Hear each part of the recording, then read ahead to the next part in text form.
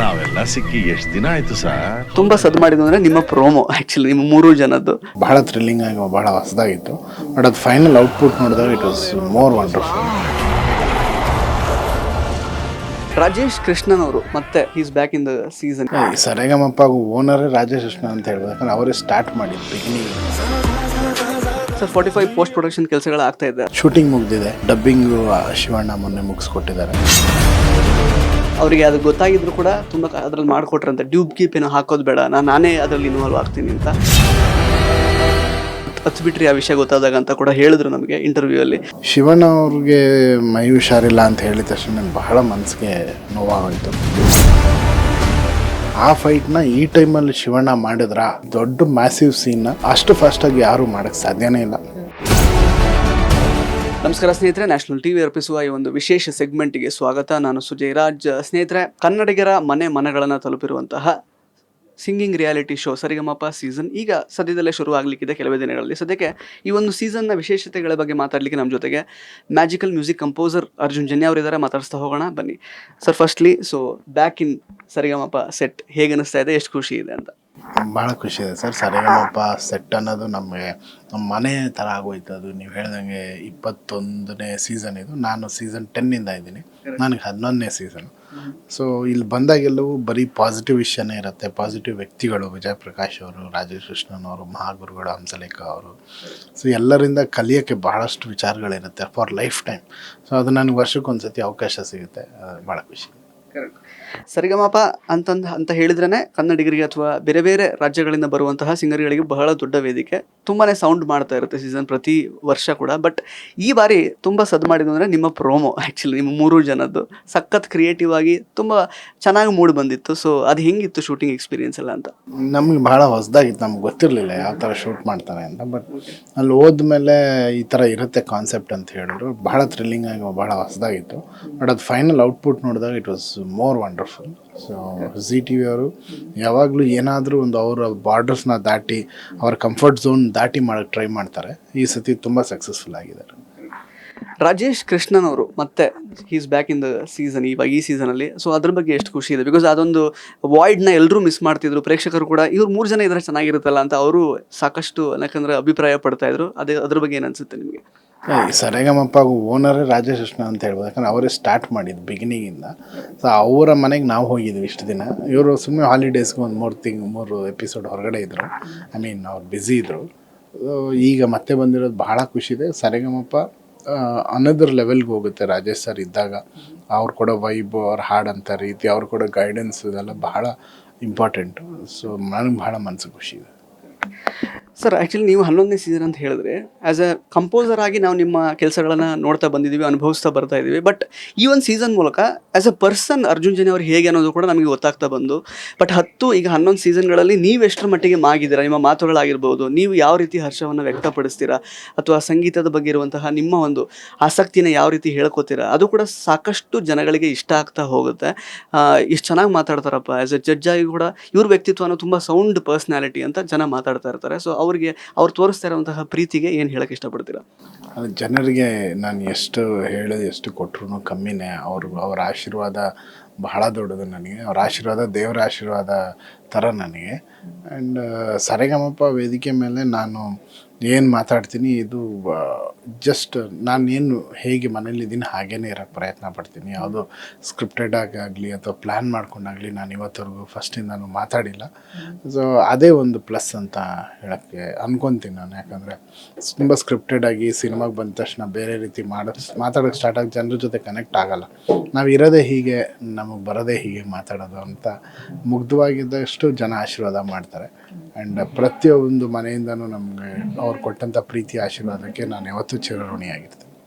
Sir, 45 post production ಕೆಲಸಗಳು ಆಗ್ತಾ ಇದೆ, ಅದ್ರ ಜೊತೆಗೆ ಇದನ್ನು ಹೆಂಗೆ ಮ್ಯಾನೇಜ್ ಮಾಡ್ತಿದ್ದೀರಾ? ಸೊ ಹೇಗೆ ಶೇಪ್ ಅಪ್ ಆಗ್ತಾ ಇದೆ ಅಂತ?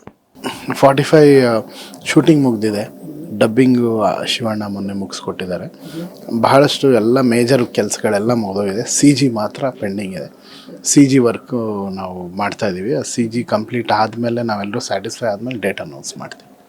ಸೊ ಸರಿಗಮಪದಿಂದ ಯಾಕೆಂದರೆ ಪಾಸ್ಔಟ್ ಆಗಿ ಹೋಗಿರುವಂತಹ ಜಸ್ಕರನ್ ಸಿಂಗ್ ಆಗಿರ್ಬೋದು ಅಥವಾ ಸಂಚಿತ್ ಹೆಗಡೆ ಆಗಿರ್ಬೋದು, ಈಗಷ್ಟೇ ಒಂದು ಹೊಸ ಸಾಂಗ್ ಕೂಡ ಬಿಟ್ಟರು ಸೋನು ನಿಗಮ್ ಜೊತೆಗೆ. ಆ ಕೊಲಾಬ್ರೇಷನ್ಸ್ ಅಂದರೆ ದೇ ಆರ್ ಗೋಯಿಂಗ್ ಪ್ಲೇಸಸ್, ಅದೆಲ್ಲ ನೋಡುವಾಗ ನಿಮಗೆ ಎಷ್ಟು ಖುಷಿ ಅನಿಸುತ್ತೆ ಆ್ಯಸ್ ಎ ಜಡ್ಜ್ ಆಗಿ?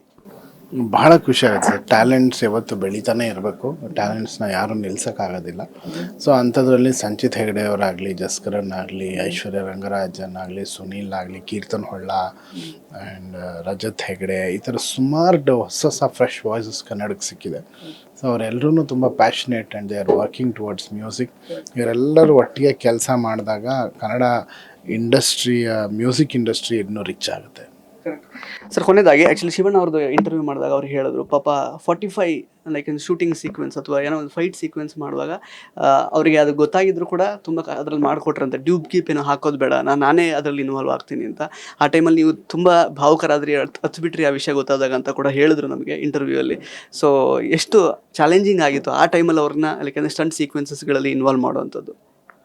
ಅಲ್ಲ, ಬಹಳ ಮುಖ್ಯವಾಗಿ ಶಿವಣ್ಣ ಅವರ ದೊಡ್ಡ ಅಭಿಮಾನಿ ನಾನು. ಆ್ಯಂಡ್ ಅವರ ನಟನೆ, ಅವರ ವ್ಯಕ್ತಿತ್ವಕ್ಕೆ ಮಹಾನ್ ಅಭಿಮಾನಿ, ಆ ಕುಟುಂಬಕ್ಕೆ ಅಭಿಮಾನಿ. ಶಿವಣ್ಣ ಅವ್ರಿಗೆ ಮೈ ಹುಷಾರಿಲ್ಲ ಅಂತ ಹೇಳಿದ ತಕ್ಷಣ ಬಹಳ ಮನಸ್ಸಿಗೆ ನೋವಾಗೋಯ್ತು. ಆವಾಗ ನಮಗೆ ಸಿನಿಮಾ ಇದೇನು ನೆನಪು ಬಂದಿಲ್ಲ, ಯಾಕಂದರೆ ಶಿವಣ್ಣನಂಥ ಒಂದು ವ್ಯಕ್ತಿಗೆ ಒಂದು ಇರುವೆನೂ ಕಚ್ಚಬಾರ್ದು ಅನ್ನೋದು ನಮ್ಮ ಆಸೆ. ಯಾಕಂದರೆ ಅವರು ಯಾರಿಗೂ ಒಂದು ಇರುವೆಗೂ ಕೂಡ ಮೋಸ ಮಾಡಬೇಕು ಅಥವಾ ಏನೋ ನೋವು ಕೊಡಬೇಕು ಅನ್ನೋ ವ್ಯಕ್ತಿತ್ವನೇ ಇಲ್ಲ. ಎಲ್ಲರೂ ಖುಷಿಯಾಗಿ ನೋಡ್ಕೊಳ್ಳೋವಂಥದ್ದು, ಎಲ್ಲರ ಜೊತೆನೂ ಒಂದೇ ರೀತಿ ಇರೋಂಥದ್ದು, ತಮಾಷೆ ಮಾಡೋಂಥದ್ದು ಆ್ಯಂಡ್ ಎಲ್ರಿಗೂ ಒಳ್ಳೇದನ್ನು ಬಯಸೋದು, ಎಲ್ಲರಿಗೂ ಒಳ್ಳೇದಾಗಬೇಕು ಅಂತ ಅವ್ರ ಬಾಯಿಂದ ನೆಗೆಟಿವ್ ಮಾತೇ ಬಂದಿದ್ದಿಲ್ಲ, ಯಾರ ಬಗ್ಗೆನೂ ಬರೋದಿಲ್ಲ. ಸೊ ಅಂಥ ವ್ಯಕ್ತಿಗೆ ಸ್ವಲ್ಪ ಮೈ ಹುಷಾರಿಲ್ಲ ಅಂದಿದ ತಕ್ಷಣ ಬಹಳ ಮನಸ್ಸಿಗೆ ನೋವಾಯಿತು. ಬಟ್ ಶಿವಣ್ಣ ಆ ನೋವು ನಮ್ಮಲ್ಲಿ ಬೆಳೆಯೋದಕ್ಕೆ ಬಿಟ್ಟಿಲ್ಲ. ಯಾವುದೇ ಕಾರಣಕ್ಕೂ ಅವ್ರ ಮನಸ್ಸಲ್ಲಿ ಎಷ್ಟೇ ನೋವಿದ್ರೂ ನಮ್ಮಗಳಿಗೆ ಅದನ್ನು ತೋರಿಸ್ಕೊಂಡೇ ಇಲ್ಲ. ಸೆಟ್ಟಲ್ಲಿ ತುಂಬ ಚಾಲೆಂಜಿಂಗ್ ಫೈಟ್ ಅದು ನೀವು ಸಿನಿಮಾ ನೋಡಿದ್ಮೇಲೆ ಗೊತ್ತಾಗುತ್ತೆ. ಆ ಫೈಟ್ನ ಈ ಟೈಮಲ್ಲಿ ಶಿವಣ್ಣ ಮಾಡಿದ್ರಾ ಅಂತ ಆಡಿಯನ್ಸೇ ಹೇಳ್ತಾರೆ. ಸೊ